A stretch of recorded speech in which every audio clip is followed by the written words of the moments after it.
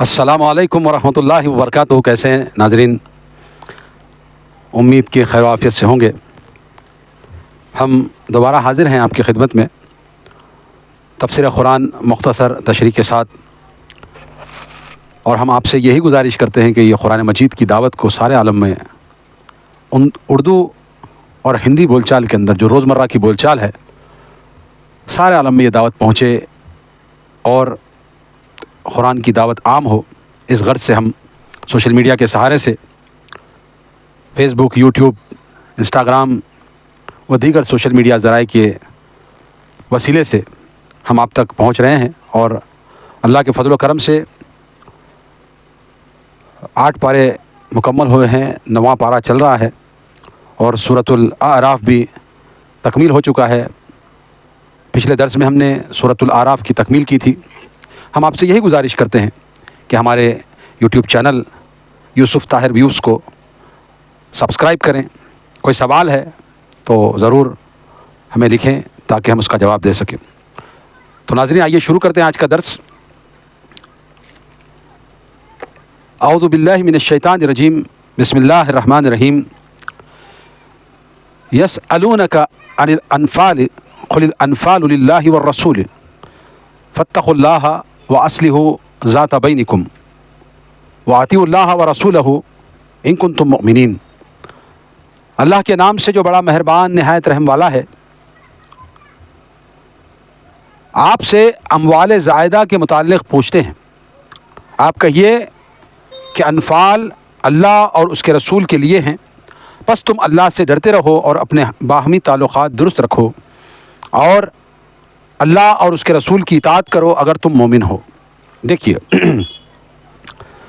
اللہ تبارک و تعالیٰ نے مختلف مراحل میں مختلف صورتوں کو نازل کیا ہے، اور یہاں پر لوگ جب انفال کے بارے میں پوچھے ہیں تو یہ صورت نازل ہوئی۔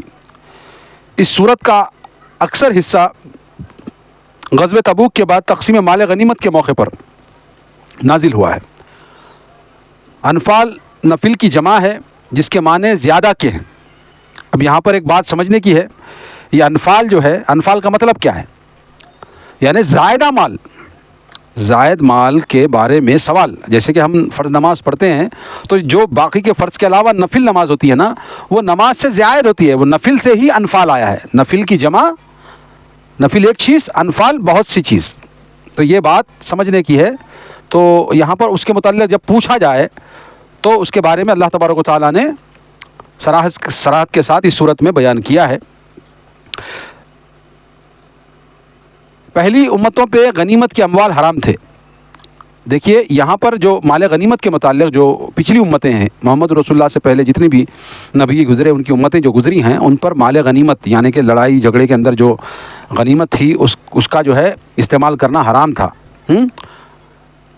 سب اموال ایک میدان میں اکٹھا کر دیے جاتے اور پھر رات کو آگ آ کر انہیں بھسم کر دیتی۔ یعنی کہ وہ سسٹم ایسا تھا کہ جتنا بھی مال غنیمت دشمنوں کا پکڑا جائے، ملا جائے، تو وہ مال کو جمع کرتے تھے، اور وہ رات میں وہ جو ہے آگ آتی تھی اور اس کو بھسم کر دیتی تھی۔ یہ اموال اس امت پہ حلال کیے گئے ہیں، یعنی کہ وہ جو اموال پچھلی امتوں پہ حرام تھے وہ محمد رسول اللہ صلی اللہ علیہ وسلم کی امت پہ حلال ہے۔ اسی کے بارے میں اللہ تبارک و تعالیٰ یہ بیان کرتا ہے۔ اب اس میں مفسرین نے مختلف باتیں بیان کی ہیں۔ وہ اموال جو بغیر کسی محنت کے ہاتھ لگیں، مثلاً غنیمت، یعنی کہ محنت کے بغیر جو ہاتھ لگتی ہے جسے غنیمت کہا جاتا ہے۔ اموال نے جو لڑنے بھڑنے کے بغیر مسلمانوں کے ہاتھ لگے، یہ بھی جو ہے وہی کہلاتا ہے، جنگ کے بعد جو ہاتھ لگے وہ۔ اموال اسباب جو مجاہد مقتول کے جسم سے اتارتا ہے، یعنی کہ جو لڑنے والا ہے وہ جو کسی کو قتل کیا ہے، دونوں کی لڑائی ہوئی، جنگ میں ہیڈ ٹو ہیڈ فائٹ ہوئی، تو اب جو مر گیا، جو مقتول ہے، اس کے جو وہ زرہ پہنے گا، جو وہ ٹوپی پہنے گا، جو اس کے پاس تلوار ہوگی، جو بھی اس کی چیزیں ہوگی، تو وہ سارا کا سارا جو ہے وہ کون وصول کرے گا؟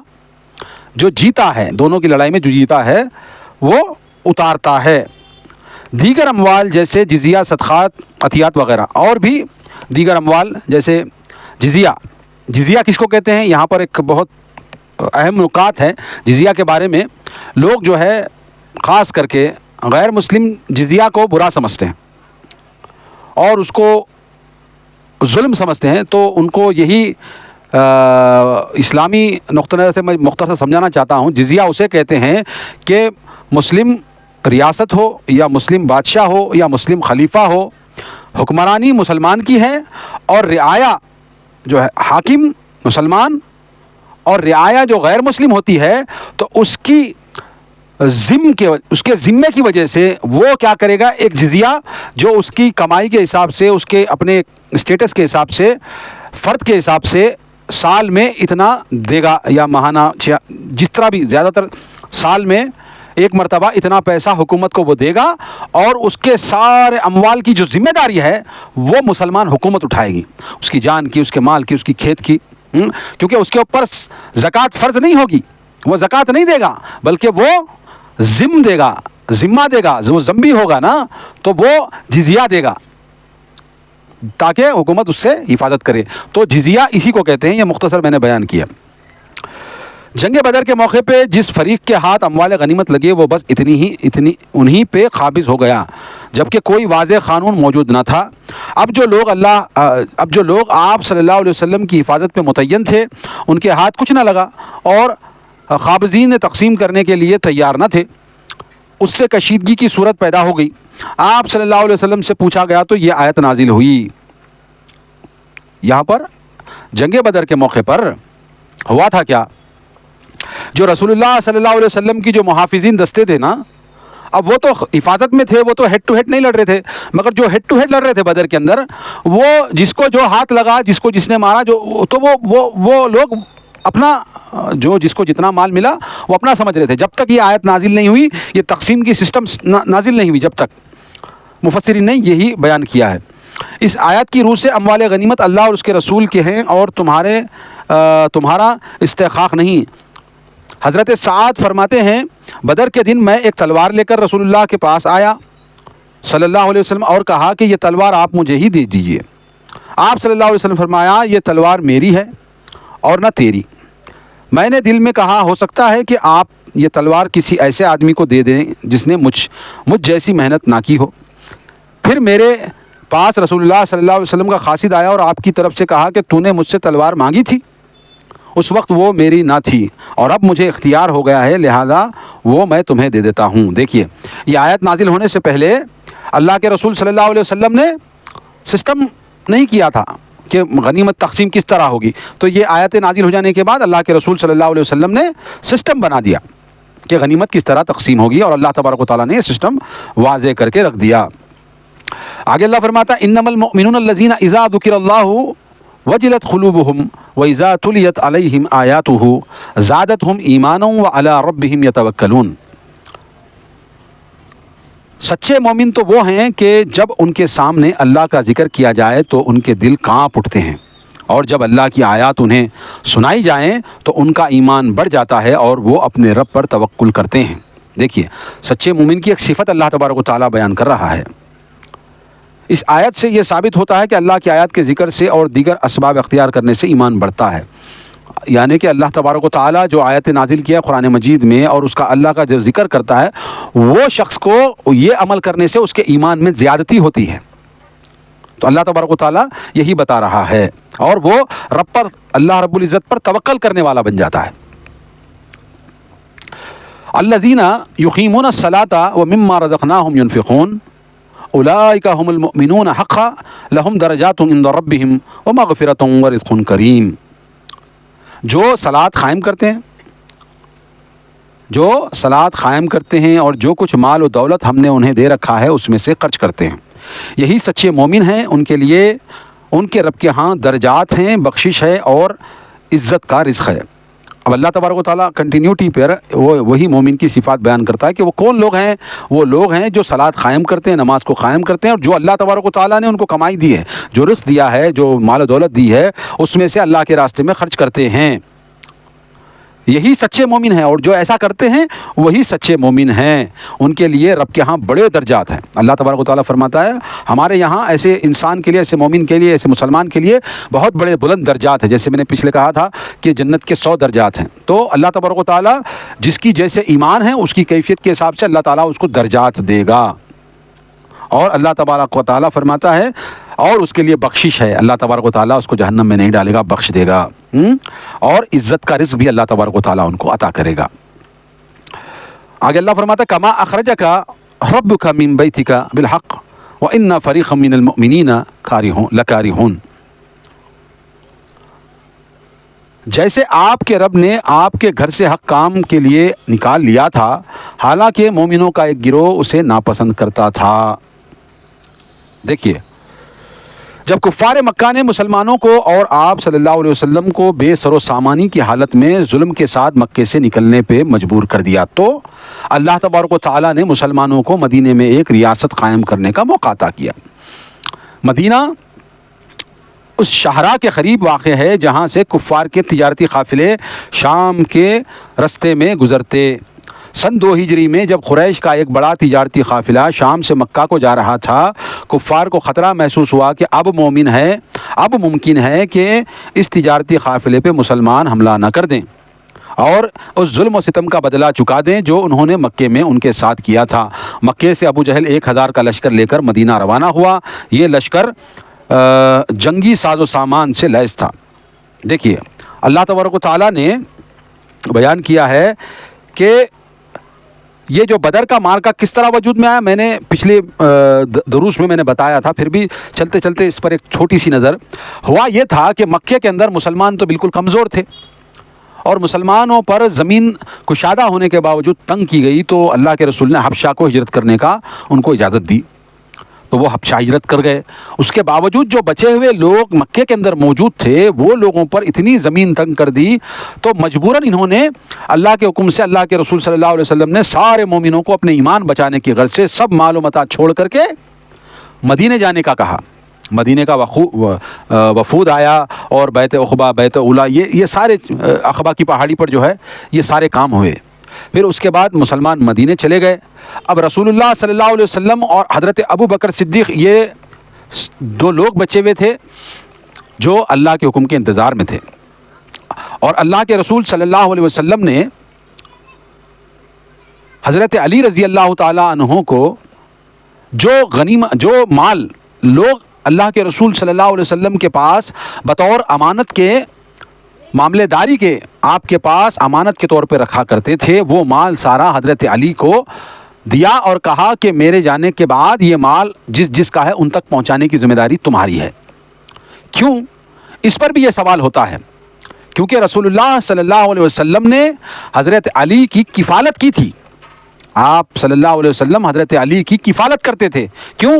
اس وجہ سے کہ حضرت علی کے والد جو ابو طالب ہیں وہ کثیر الاولاد تھے، اور چونکہ رسول اللہ صلی اللہ علیہ وسلم کے دادا حضرت عبد المطلب کا انتقال ہو جانے کے بعد حضرت ابو طالب کو جب سردار بنایا گیا تھا مطلب بنی ہاشم کا، تو جو ذمہ داریاں حضرت عبد المطلب کی تھیں وہ ذمہ داریاں تمام کی تمام حضرت ابو طالب کے پاس آئیں۔ تو اس نسبت سے حضرت ابو طالب نے حضور اکرم صلی اللہ علیہ وسلم کی کفالت کی اور آپ کو پروان چڑھایا۔ تو اللہ کے رسول صلی اللہ علیہ وسلم نے حضرت علی کو اسی کے بدلے کے طور پر کفالت میں لے لیا تھا، اور آپ صلی اللہ علیہ وسلم کے پاس یہ رہتے تھے۔ اور جس طرح ایک گھر میں ایک کی ذمہ داری ہوتی ہے نا، کسی کے گھر میں کسی بھائی کے پاس زیادہ بچے ہیں تو دوسرے بھائی کے پاس وہ رہتے کھاتے بیٹھتے ہیں، تو اسی طرح کا معاملہ حضور صلی اللہ علیہ وسلم سے حضرت علی رضی اللہ تعالیٰ عنہ کا تھا۔ تو وہی نسبت سے آپ نے یہ ذمہ داریاں ان کو دیں، اور مکے کے اندر رواج بھی یہی تھا کہ اس کے خاندان کا آدمی جو بولے گا وہی بات مانی جاتی۔ تو لہذا تمام کے تمام بنو ہاشم کے لوگ حضرت علی کے علاوہ، حضرت حمزہ کے علاوہ ایمان نہیں لائے تھے، بلکہ محمد الرسول اللہ صلی اللہ علیہ وسلم کی جان کے دشمن تھے، خصوصاً ابو لہب وغیرہ۔ تو اللہ کے رسول صلی اللہ علیہ وسلم نے کیونکہ حضرت علی ایمان لائے تھے اور آپ کے گھر میں کفالت میں تھے، تو آپ نے وہ تمام ذمہ داریاں، تمام امانتیں حضرت علی کو سونپیں اور کہا کہ تم مجھے فلاں جگہ آ کر کے ملنا۔ اور آپ علیہ الصلوۃ والسلام جب چلے جانے کے بعد آپ نے آپ کے بستر کا استعمال کیا، اور اس میں بھی اللہ رب العزت کی حکمت تھی۔ جیسے ہی اللہ کا حکم آیا ہجرت کا، تو رسول اللہ صلی اللہ علیہ وسلم حضرت ابو بکر رضی اللہ تعالیٰ عنہ کے پاس گئے، اور ایسی کیفیت تھی کہ مشرکین مکہ نے حضور اکرم صلی اللہ علیہ وسلم کے قتل کی پوری تیاری کر چکے تھے، ریہرسل کر چکے تھے کہ کس طرح قتل کیا جائے گا، نعوذ باللہ من ذالک۔ تو تمام قبیلے جمع ہوئے تھے، جتنے بھی قبیلے اس وقت قریش مکہ کے پاس تھے، تمام کے تمام قبیلے جمع ہو کر کے ہر قبیلے سے ایک فرد جمع کیا گیا، مختص کیا گیا، اور یہ پلان کیا گیا تھا رسول اللہ صلی اللہ علیہ وسلم کو شہید کرنے کا کہ ہر قبیلے سے ایک آدمی آئے گا اور سب ایک وقت رسول اللہ صلی اللہ علیہ وسلم کے اوپر حملہ کریں گے، اور رسول اللہ صلی اللہ علیہ وسلم کی شہادت ہو جائے گی، آپ کو شہید کر دیا جائے گا۔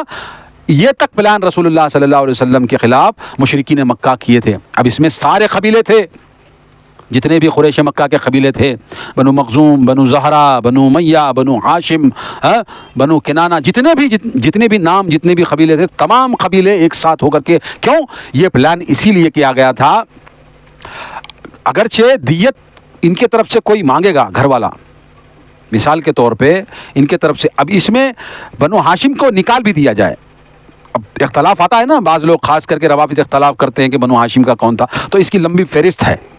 تو یہ کیوں کیا گیا تھا؟ کیونکہ قتل کے بدلے قتل کا سسٹم یہ لاگو ہونا تھا، اور اگرچہ کوئی قتل کے بدلے پورا خاندان اگرچہ ایک ساتھ بدلہ نہ مانگے تو اس کو دیت دینی پڑتی تھی، کہ ایک مقتول کے بدلے میں دیت۔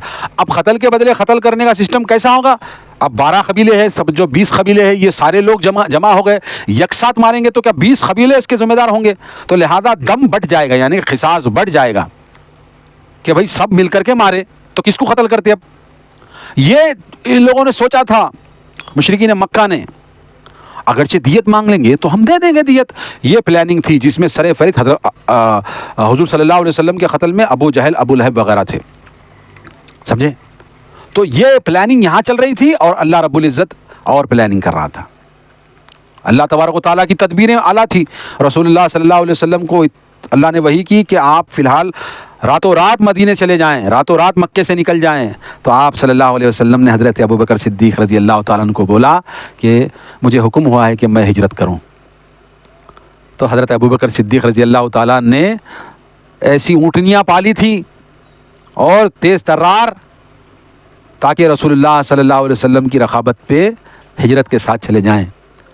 40,000 درہم جمع کیے تھے حضرت ابو بکر صدیق نے، اونٹنیاں خریدی تھیں، اونٹنیوں کو پالا تھا، اور رسول اللہ صلی اللہ علیہ وسلم سے جب پوچھا ہے اللہ کے رسول آپ کا رفیق سفر کون ہوگا، تو اللہ کے رسول صلی اللہ علیہ وسلم نے کہا کہ رفیق سفر وہی ہے جو اللہ کو سب سے زیادہ محبوب ہے، ابو بکر تو ہے میرا رفیق سفر۔ اللہ کے رسول صلی اللہ علیہ وسلم نے کہا کہ فرشتوں کا سردار جبریل ہے اور امتیوں کا سردار ابو بکر ہے۔ ظالموں، آج ابو بکر رضی اللہ تعالیٰ عنہ کے اوپر الزامات لگاتے ہو، کتنی قربانیاں ہیں حضرت ابو بکر صدیق کی۔ ہجرت کا حکم ہوتا ہے رسول اللہ صلی اللہ علیہ وسلم کو، اور رسول اللہ صلی اللہ علیہ وسلم کے آپ کو ہم سفر کس کو بنایا، آپ کا رفیق سفر کس کو بنایا؟ ابو بکر صدیق کو۔ ما ینطق عن الہوی ان ہوا الا وحی یوحی، اللہ کے رسول اپنی طرف سے نہیں کہتے تھے، اللہ کا حکم ہوتا تھا تو رسول اللہ کہتے تھے صلی اللہ علیہ وسلم۔ پیسے کس کے لگے؟ 40,000 دینار لے کر کے کون نکلا اپنے پاس؟ حضرت ابو بکر صدیق رضی اللہ تعالیٰ نکلے۔ کس کے گھر سے توشہ بنا گیا؟ رسول اللہ صلی اللہ علیہ وسلم کے سفر کے لیے توشہ بھی بنا گیا، تو ابو بکر صدیق رضی اللہ تعالیٰ عنہ کے گھر سے توشہ بنا گیا۔ اور ایک بات بتاؤں، جب ساز و سامان باندھا گیا تو باندھنے کے لیے کوئی چیز نہیں تھی، تو روایتوں میں آتا ہے ابو بکر صدیق کی بیٹی اسما بنت ابو بکر نے اپنے دوپٹے کو پھاڑ کر کے اس کی رسی بنا کر کے رسول اللہ صلی اللہ علیہ وسلم کا توشہ باندھا تھا، ان کا سامان باندھا تھا۔ اور ظالموں، تم کہتے ہو کہ ابو بکر نے نعوذ باللہ کیا کیا؟ ابو بکر کی جتنی قربانیاں ہیں پوری کائنات کے کسی امتی کی قربانیاں نہیں ہیں۔ ابو بکر صدیق رضی اللہ تعالیٰ نے اپنا مال، اپنی جان، اپنی اولاد سب کو چھوڑا، صرف اللہ کے رسول صلی اللہ علیہ وسلم کے پاس ساتھ رقابت کی۔ اور میں بتاؤں کہ سب سے زیادہ رسول اللہ صلی اللہ علیہ وسلم کے بعد کس کی تبلیغ کی وجہ سے لوگ مسلمان ہوئے؟ وہ ابو بکر ہی تھے، جن کی تبلیغ کی بنا پر حضرت عثمان نے اسلام قبول کیا، حضرت سعد نے اسلام قبول کیا، اور دیگر بڑے بڑے عشرہ مبشرہ کے بڑے بڑے صحابیوں نے۔ تبلیغ کون کرتا تھا، کون سمجھاتا تھا رسول اللہ کے بعد؟ یہ ابو بکر ہی تھے، اور ان کی کیا عزت تھی، ان کی دکانیں تھیں دو۔ رسول اللہ صلی اللہ علیہ وسلم کی محبت میں دو چلتے پھرتے کاروبار کو کپڑوں کے چھوڑ کر کے مکے کے اندر چلے گئے۔ رسول اللہ صلی اللہ علیہ وسلم کے لیے مارے کھائی، لوگوں نے اتنا مارا رسول اللہ صلی اللہ علیہ وسلم کو بچانے، جب حضرت ابو بکر صدیق آئے تو اتنا مارا کہ وہ بے ہوش ہو گئے، اور جب ہوش آیا تو کیا پوچھتے ہیں آئین رسول اللہ، رسول اللہ کہاں ہیں؟ اور ظالموں، رافضیوں، تم ابو بکر صدیق کے اوپر الزامات لگاتے ہو کہ انہوں نے مال چھینا، انہوں نے فلاں غضب کیا، الزام لگاتے ہو، شرم آنی چاہیے۔ اتنا جھوٹ، جتنی اللہ کے رسول صلی اللہ علیہ وسلم کے فرمودات میں یہ بھی ملتا ہے روایتوں میں کہ میں نے حضرت ابو بکر صدیق کا بدلہ میں نہیں دیا، اللہ میرا دے گا، باقی کے تمام لوگوں کے احسانات کا بدلہ میں نے چکا دیا ہے دنیا میں۔ یہ رسول اللہ صلی اللہ علیہ وسلم کا فرمان ہے۔ یہ دکانیں چھوڑی، یہ کاروبار چھوڑا، سب چھوڑ کر کے رسول اللہ صلی اللہ علیہ وسلم کے ساتھ نکل گئے۔ کہاں؟ 400 میل دور، اچھی خاصی بھلی زندگی مکے کی قربان کس کے لیے کیا؟ یہی اسلام کے لیے، یہی محمد رسول اللہ کے لیے سب کچھ چھوڑ کر کے چلے گئے۔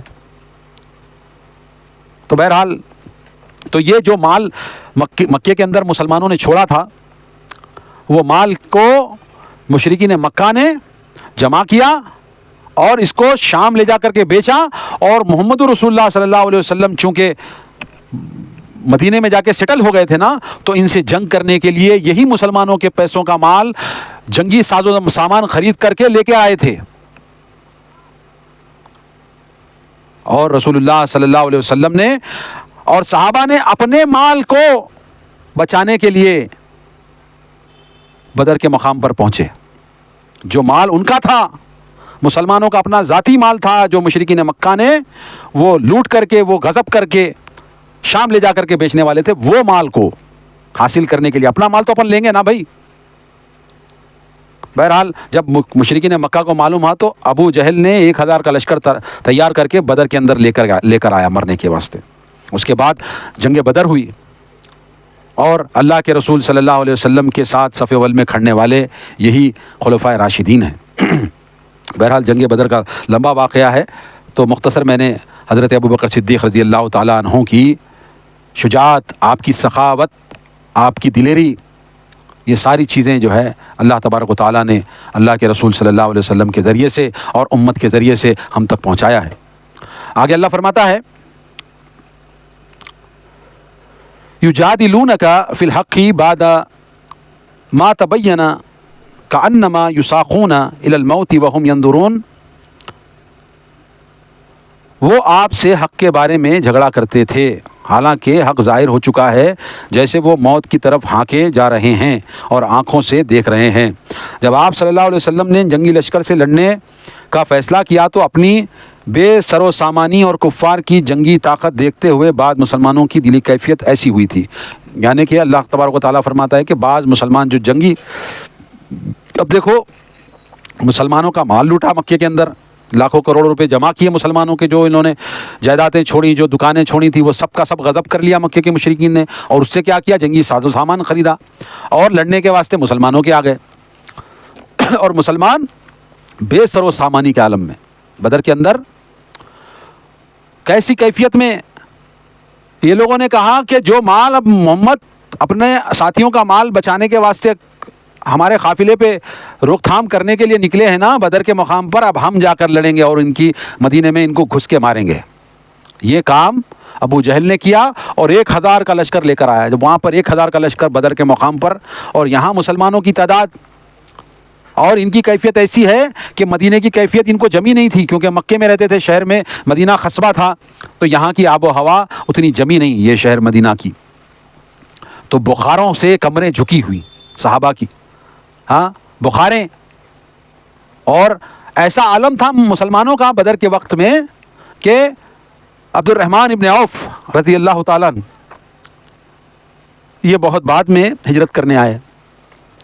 جب یہ ہجرت کا ارادہ کرے تو اپنے بچے کو اور اپنی بیوی کو اونٹنی پہ بٹھایا, اپنا تھوڑا بہت مال لے کر کے عبد الرحمن ابن عوف رضی اللہ تعالیٰ نکلے. سب سے پہلے اپنے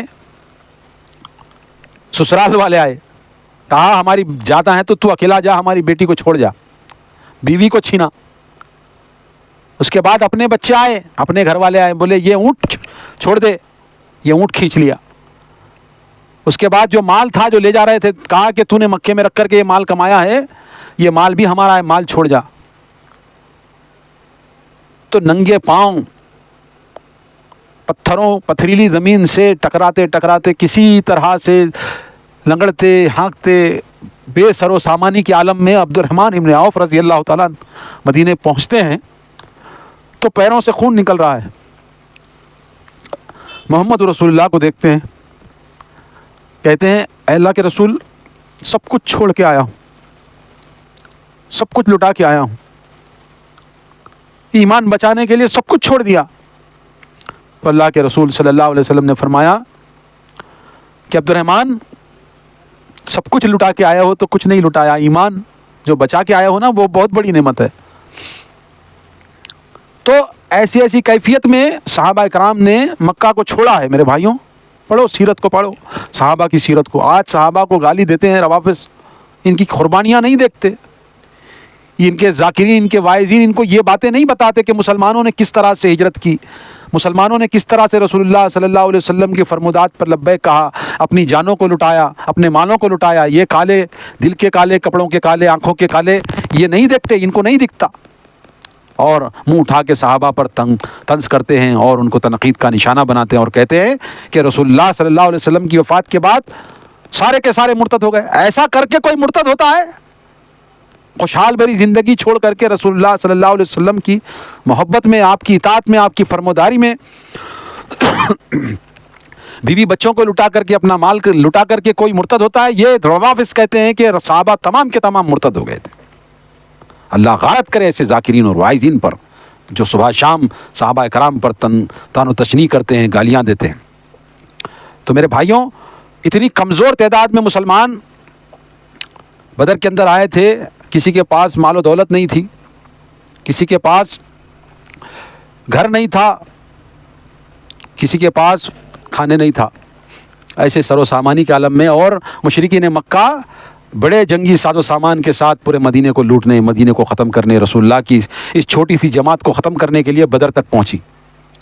محمد رسول اللہ صلی اللہ علیہ وسلم نے بدر کے روز اپنے کمزور ساتھیوں کو دیکھا اور وہاں پر جوان رانا اور اسلحہ سے لیس مشرکین مکہ کو دیکھا. کبھی اپنے ساتھیوں کو دیکھتے ہیں, کبھی مشرکین مکہ کو دیکھتے ہیں,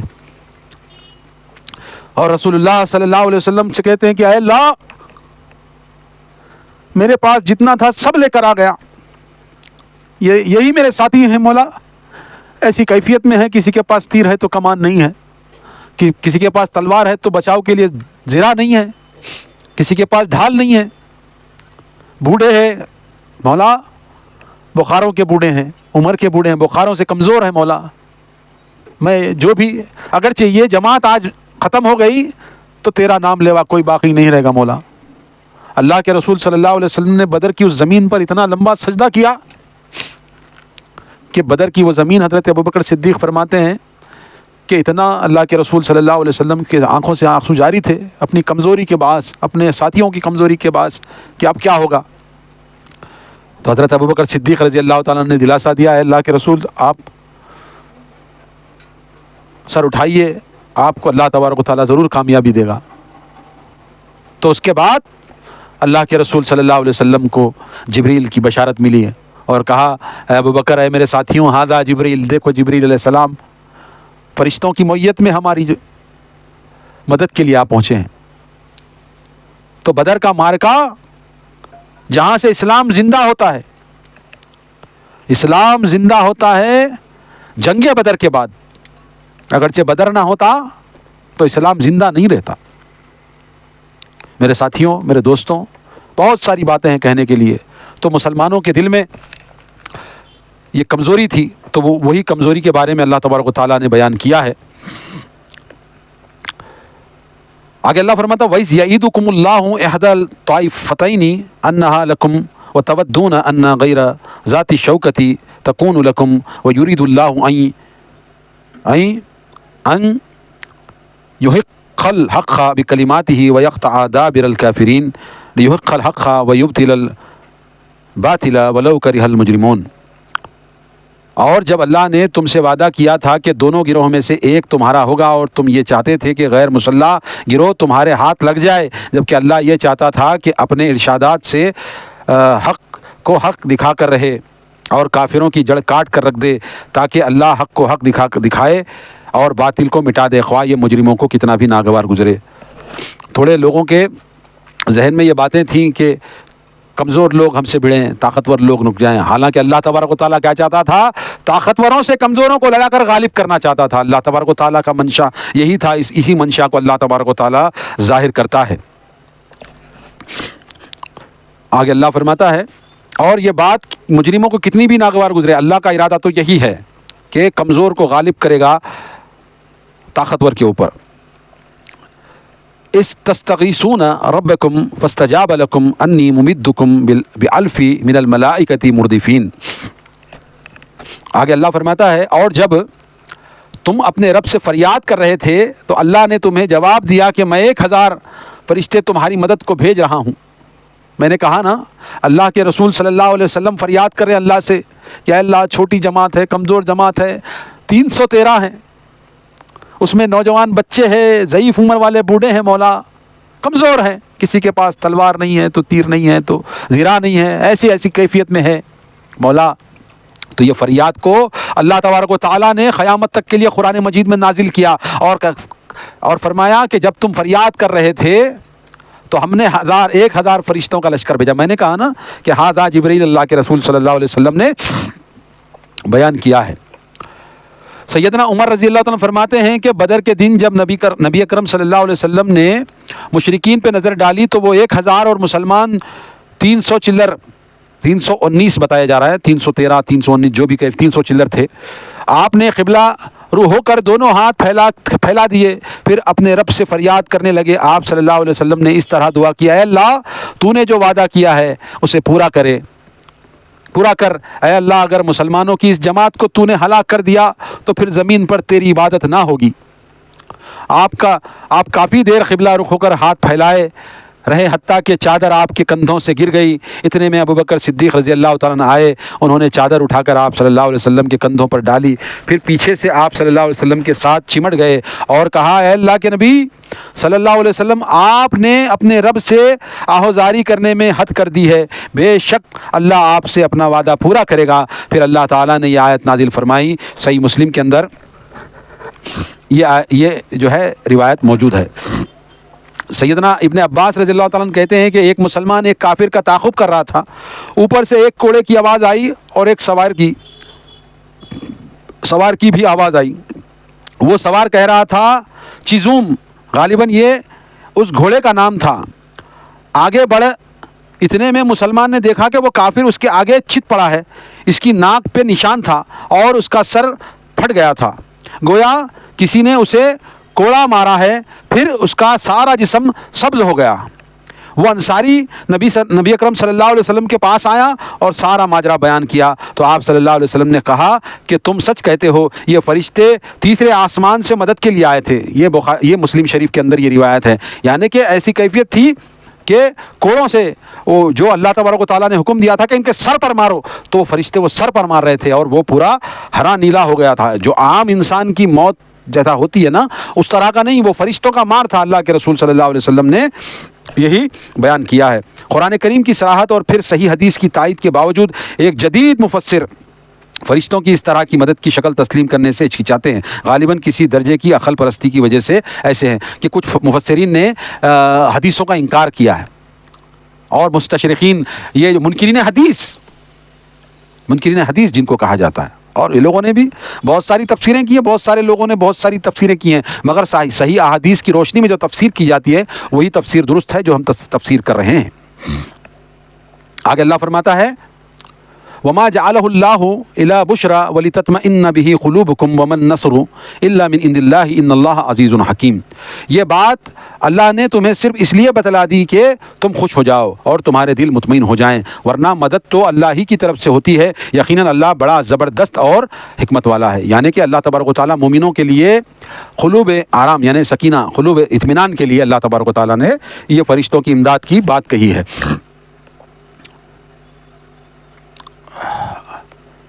اللہ آگے فرماتا ہے اذ یغشیکم النعاس امنة منه وینزل علیکم من السماء ماء لیطہرکم به ویذہب عنکم رجز الشیطان ولیربط علی قلوبکم ویثبت به الاقدام۔ اور جب اللہ نے اپنی طرف سے تمہارا خوف دور کرنے کے لیے تم پر غنودگی طاری کر دی اور آسمان سے تم پر بارش برسا دی تاکہ تمہیں پاک کر دے اور شیطان کی ڈالی ہوئی نجاست تم سے دور کر دے اور تمہارے دلوں کو مضبوط کر دے اور تمہارے قدم جما دے۔ قریشی جنگی لشکر نے بروقت میدان جنگ میں پہنچ کر پانی والی جگہ جو کہ پکی زمین تھی پر قبضہ کر لیا۔ مسلمانوں کو ریتیلی زمین پر پڑاؤ کرنا پڑا جہاں پانی بھی دستیاب نہ تھا۔ اب اللہ تعالیٰ نے جن دوسرے ذرائع سے مدد فرمائی وہ یہ تھی کہ لڑائی کے آغاز ہی میں غنودگی طاری فرما دی، جس سے آنن فانن ساری تھکاوٹ دور ہو گئی۔ مسلمان لڑنے کے لیے تازہ دم ہو گئے۔ خود آپ صلی اللہ علیہ وسلم بھی ساری رات کی گریہ وزاری کے بعد غنودگی سے حشاش بشاش ہو گئے۔ بارش نازل فرما دی جس سے مسلمانوں نے طہارت اور پینے کے لیے پانی جمع کر لیا۔ شیطانی وسوسے زائل ہو گئے کہ ناپاکی اور پیاس میں تم کیا لڑو گے۔ ریتیلی زمین پکی ہو گئی اور گرد و غبار بیٹھ گیا۔ یہی پانی کفار کی جانب گیا تو ان کی پکی زمین میں پھسلن اور کیچڑ بن گیا۔ دیکھیے اللہ تبارک و تعالیٰ نے کیسے مدد کی۔ اللہ تبارک و تعالیٰ کہہ رہا ہے کہ جو تھکا ماندہ مدینے سے بدر کی طرف کمزور فوج آئی تھی اور جو طاقتور فوج جو مکے سے آئی تھی، قریش جو لے کر آئے تھے، ابو جہل جو لے کر آیا تھا، وہ پکی زمین پر اس نے پڑاؤ ڈالا اور جو بدر کے کنویں وغیرہ تھے یہ کنووں پر قبضہ کر لیا، پانی کی جگہ پر قبضہ کر لیا اور مسلمان ریتیلی زمین پر اترنا پڑا۔ تب اس سے یہ ہوا کہ تھکاوٹ بھی ہو گئی اور رسول اللہ صلی اللہ علیہ وسلم بھی ساری رات گریہ وزاری کر رہے تھے، تو اللہ تبارک و تعالیٰ نے کیا کیا، ان کو غنودگی طاری کری یعنی کہ اونگ دے دی۔ انسان جب اونگتا ہے نا، اونگ کے بعد جب اٹھتی ہے تو نا وہ حشاش بشاش ہوتا ہے، تو اونگ بھی بہت ساری تھکاوٹ دور کر دیتی ہے۔ اور اس کے ساتھ ہی ساتھ اللہ تبارک و تعالیٰ نے بارش کو نازل کیا جس سے وہ جو ریتیلی زمین تھی نا، جس سے دھول اڑ رہی تھی، وہ پکی کر دی، اور جو پکی زمین ان لوگوں کے پاس قبضے میں تھی وہ کیچڑ آلود ہو گئی، پانی جا کر کے وہاں پہ رک گیا۔ یہ تو پانی جذب ہو گیا ریتیلی زمین پر، تو جذب ہو کر کے یہاں پر جو کھردرات جو پن تھا وہ سپاٹ ہو گیا اور وہ دھول اٹھنا بند ہو گئی، اور وہاں پر جو سپاٹ زمین تھی وہ پانی وہاں پر ٹھہر کر کے وہاں پر کیچڑ جمع ہو گیا۔ اللہ تبارک و تعالیٰ نے اس سے بھی مسلمانوں کی مدد کی۔ آگے اللہ فرماتا ہے اس یوہی ربک الی الملائکۃ انی معکم فثبتوا الذین آمنوا سألقی فی قلوب الذین کفروا الرعب فاضربوا فوق الاعناق واضربوا منہم کل بنان۔ جب آپ کا رب فرشتوں کو حکم دے رہا تھا کہ میں تمہارے ساتھ ہوں لہذا مسلمانوں کے قدم جمائے رکھو، میں ابھی ان کافروں کے دل میں رعب ڈال دوں گا، بس تم ان کی گردنوں اور ہر جوڑ پر ضربے لگاؤ۔ اللہ تبارک و تعالیٰ فرماتا ہے کہ ہم نے حکم دیا تھا فرشتوں کی اس جماعت کو کہ یہ کافروں کی گردنوں پہ مارنا، گردنوں پہ مارنا، اور اللہ تبارک و تعالیٰ مسلمانوں کا رعب ان کو بتلا دے کہ وہ کتنی تعداد میں، تو 313 آئے تھے نا، اب یہ تعداد کتنی ہے، کیسے اب معلوم کیسے؟ فرشتوں کو اللہ تبارک و تعالیٰ نے زیادتی کر کے بتایا کہ ان کو یہ لوگ بہت بھاری دکھ رہے تھے، تو اللہ تبارک و تعالیٰ نے رعب ڈالا تھا فرشتوں کے ذریعے سے اللہ تبارک و تعالیٰ، اور دشمنوں کو ان کی جڑ کاٹنے کے لیے اللہ تبارک و تعالیٰ نے فرشتوں کو حکم دیا تھا کہ ان کی گردنوں پر مارنا، گردنوں پر اور جوڑوں پر مارنا، گردن یہ کمر کا جوڑ، یہ گھٹنوں کے جوڑ، ایسے جوڑوں پر مارنے کا حکم فرشتوں کو اللہ تبارک و تعالیٰ نے دیا تھا۔ ذالک بانہم شاقوا اللہ ورسولہ ومن یشاقق اللہ ورسولہ فإن اللہ شدید العقاب۔ یہ اس لیے تھا کہ انہوں نے اللہ اور اس کے رسول کی مخالفت کی تھی، اور جو اللہ اور اس کے رسول کی مخالفت کرے تو اللہ ایسے لوگوں کو شدید سزا دینے والا ہے۔ اللہ فرماتا ہے کہ جو اللہ اور اس کے رسول کی مخالفت کرنے والے تھے نا مشرکین مکہ، اور ان کو سزا دینا تھا اللہ تبارک و تعالیٰ کو، تو لہذا اللہ تبارک و تعالیٰ نے فرشتوں کے ذریعے اور مسلمانوں کے ذریعے سے ان کی جڑ کاٹ دی اور ان کو شدید نقصان میں اور شدید سزا میں مبتلا کر دیا۔ ذالکم فذوقوہ وان للکافرین عذاب النار، اور کافروں سے فرمایا یہ عذاب تو اب چکھو اور کافروں کو جہنم کا عذاب ہوگا۔ اللہ تبارک و تعالیٰ کافروں کو کہتا ہے کہ یہ عذاب تو اب ہے، فرشتوں کے ساتھ مسلمان جو مل کر کے تمہاری جو ہڈی پسلی یہ کر رہے ہیں، بدر کے اندر بڑے بڑے 70 80 100 بڑے بڑے سردار جو ان کے مشرکین مکہ کے تھے، ابو جہل، عتبہ، شیبہ، ولید، یہ بڑے بڑے سردار، بڑے لڑاکو ایمانہ تھے، ان لوگوں کو قتل کرنے کے بعد اللہ تبارک و تعالیٰ کہہ رہا ہے کہ یہ تو معمولی، یہ تو تھا ہی تھا، اب عذاب جہنم کا بھی مزہ چکھنے والے تم نا، اور عذاب جہنم کا بھی عذاب ہوگا تم کو۔ یا ایھا الذین آمنوا اذا لقیتم الذین کفروا زحفا فلا تولوہم الادبار، اے ایمان والوں جب میدان جنگ میں تمہارا کافروں سے مقابلہ ہو تو کبھی پیٹ نہ پھیرنا۔ اللہ تبارک و تعالیٰ فرماتا ہے کہ اے مسلمانوں جب بھی قیامت تک کے لیے جب میدان جنگ میں تمہارا مشرکین، کافرین، منکرین کے ساتھ جب مدبھیڑ ہو تو پیٹ دکھا کے بھاگنے کا نہیں، اللہ تبارک و تعالیٰ حکم دے رہا ہے۔ ابو ہریرہ رضی اللہ تعالیٰ عنہ کہتے ہیں کہ آپ صلی اللہ علیہ وسلم نے فرمایا 7 ہلاک کر دینے والی چیزوں سے بچو، یہ بخاری شریف میں ہے، اور آپ صلی اللہ علیہ وسلم نے ان میں مقابلے والے دن فرار بھی گنا ہے، یعنی کہ مقابلہ جس ٹائم پہ ہو رہا ہے اس ٹائم پہ فرار بھی ہونا وہ ہلاک کرنے والی چیزیں ہیں، اللہ تبارک و تعالیٰ یہ بیان کر رہا ہے اور رسول اللہ صلی اللہ علیہ وسلم نے بیان فرمایا ہے، اور یہ صحیح بخاری کے اندر روایت آئی ہے۔ وَمَن يُوَلِّهِمْ يَوْمَئِذٍ دُبُرَهُ إِلَّا مُتَحَرِّفًا لِقِتَالٍ أَوْ مُتَحَيِّزًا إِلَىٰ فِئَةٍ فَقَدْ بَاءَ بِغَضَبٍ مِّنَ اللَّهِ وَمَأْوَاهُ جَهَنَّمُ وَبِئْسَ الْمَصِيرُ، اور جو شخص اس دن پیٹ پھیرے گا الا یہ کہ وہ کوئی جنگی چال چل رہا ہو یا مڑ کر اپنے دستے فوج کو ملنا چاہتا ہو تو ایسا آدمی اللہ کے عذاب میں آ گیا، اس کا ٹھکانہ جہنم ہوگا اور وہ برا ٹھکانہ ہے۔ یعنی کہ اللہ تبارک و تعالیٰ فرماتا ہے کوئی حکمت عملی کا اگرچہ کر رہا ہو تو اس کے اوپر کوئی گناہ نہیں ہے، وہ بھاگنے والوں میں شمار نہیں ہے۔ جیسے کہ جنگ احد کے دن حکمتاً مسلمانوں نے تھوڑا بیک فٹ پر آ کر کے چٹان پر چڑھائی کی تھی، چٹان پر گئے تھے، جس کو یہ رابضی کالے کپڑے کالے دل والے یہ روافظ نے صحابہ پر بھگوڑے ہونے کا الزام لگایا۔ بہرحال کسی وقت ملے گا تو یہ جو روافظ کے بڑی ٹیم کا بڑا لیڈر اللہ یاری جو بنتا ہے نا، اس کی بھی میں ایک دن کلاس لوں گا، مجھے وہ موقع نہیں مل رہا ہے، یوٹیوب پہ جو یہ کرتا ہے نا اس کا ایک ایک سوال کا 10 جواب انشاءاللہ اللہ کے فضل و کرم سے مسلمان دے سکتا ہے۔ آج لوگ گمراہ ہو جا رہے ہیں اور صحابہ کو کچھ نہیں سمجھ رہے۔ صحابہ نے یہ اپنی جان و مال خرچ کر کے، اپنے جسموں کو ہلاک کر کے، اپنی شہادتیں دے دے کر کے مسلمانوں کو اسلام پہنچایا۔ میرے بھائی آج صحابہ کے مرتبے کو کم کرنے کے لیے یہ روافظ کی ٹیم بڑی ہی فنڈنگ کر رہی ہے اور معصوم مسلمانوں میں بدعقیدگیاں پھیلا رہی ہیں، اور جہاں تک کا ہو سکے مسلمان جواب دے رہا ہے، سوشل میڈیا کے ذریعے سے بھی دے رہا ہے، ہر اعتبار سے تیار دے رہا ہے اور دیتے آیا ہے۔ پچھلے 1000 سال سے جواب دینا مسلمانوں کا کام ہے، ہم یہ روافظ کو جواب دے رہے ہیں اللہ کے فضل و کرم سے۔ تو میرے بھائیوں آج کا درس مکمل کر لیتے ہیں۔ بہت ساری باتیں اللہ تبارک و تعالیٰ نے سورۃ الانفال میں بتائی ہیں، جس کی شروعات ہم کر چکے ہیں۔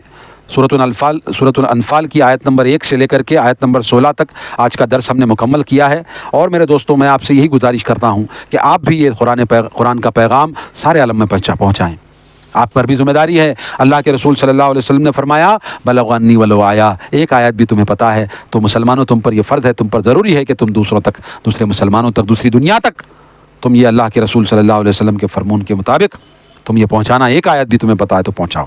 تو یہ کام آپ بھی کرو، جس بھی لینگویج میں آپ کو بات کرنی آتی ہے، جو بھی آپ کا تیلگو، ہندی، عربی، کنڑی، ملیالم، گجراتی، بہاری، جو بھی لینگویج آپ کو آتی ہے اس میں، پنجابی، جو بھی دنیا میں آپ زبانیں ہیں، چینی، جاپانی، جو بھی زبانیں آپ کو آتی ہیں، فرینچ، سب زبانوں میں آپ کا کام ہے، ایک آیت بھی آپ کو پتہ ہے اور وہ زبان میں آپ دوسروں تک پہنچائیں، تاکہ آپ کے اوپر جو اللہ کے رسول صلی اللہ علیہ وسلم نے ذمہ داری دی ہے ان کی بات اور قرآن کی بات کو پہنچانے کی، اس پر عمل ہو سکے۔ تو بھائیوں ہم آپ سے یہی گزارش کرتے ہیں کہ ہمارے اس یوٹیوب چینل کو ضرور سبسکرائب کریں، زیادہ سے زیادہ ہمارے ویڈیوز کو شیئر کریں، اور کوئی سوال ہے تو ضرور کامنٹ باکس میں پوچھیں۔ مجھے دے اجازت، پھر پھر ملوں گا میں انشاءاللہ اگلے درس میں. جب تک کے لیے السلام علیکم ورحمۃ اللہ وبرکاتہ.